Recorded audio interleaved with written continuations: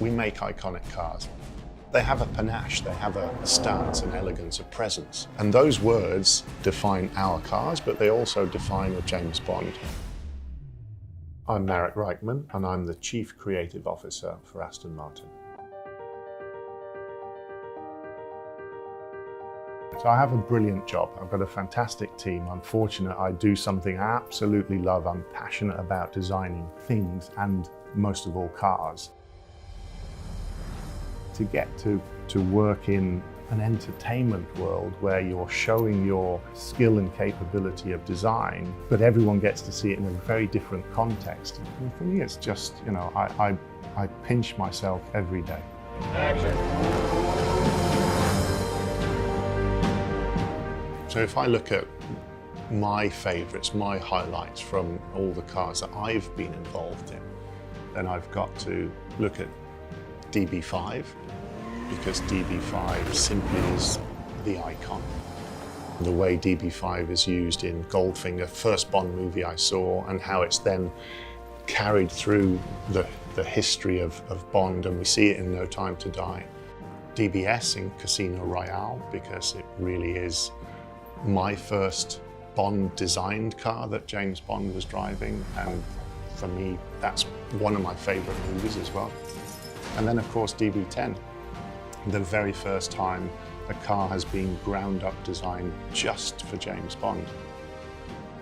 If I look at the way we work with Eon, it's a partnership for sure. As soon as one movie is finished, they'll give us a call and say, can we come and see what you might have in the pipeline?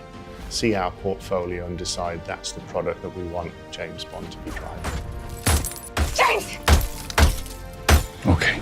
So the next movie, No Time to Die, has been another incredible journey.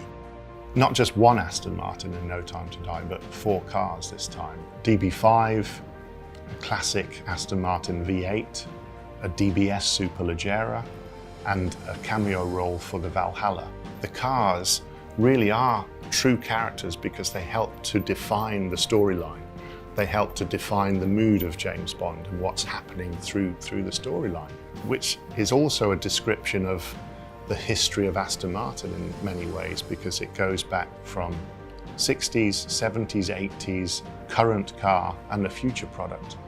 So not only are the cars being used in the movie to describe what's happening to Bond and how the journey of No Time to Die starts and ends, it's also partly the role of Aston Martin through its years and the history of our cars as well.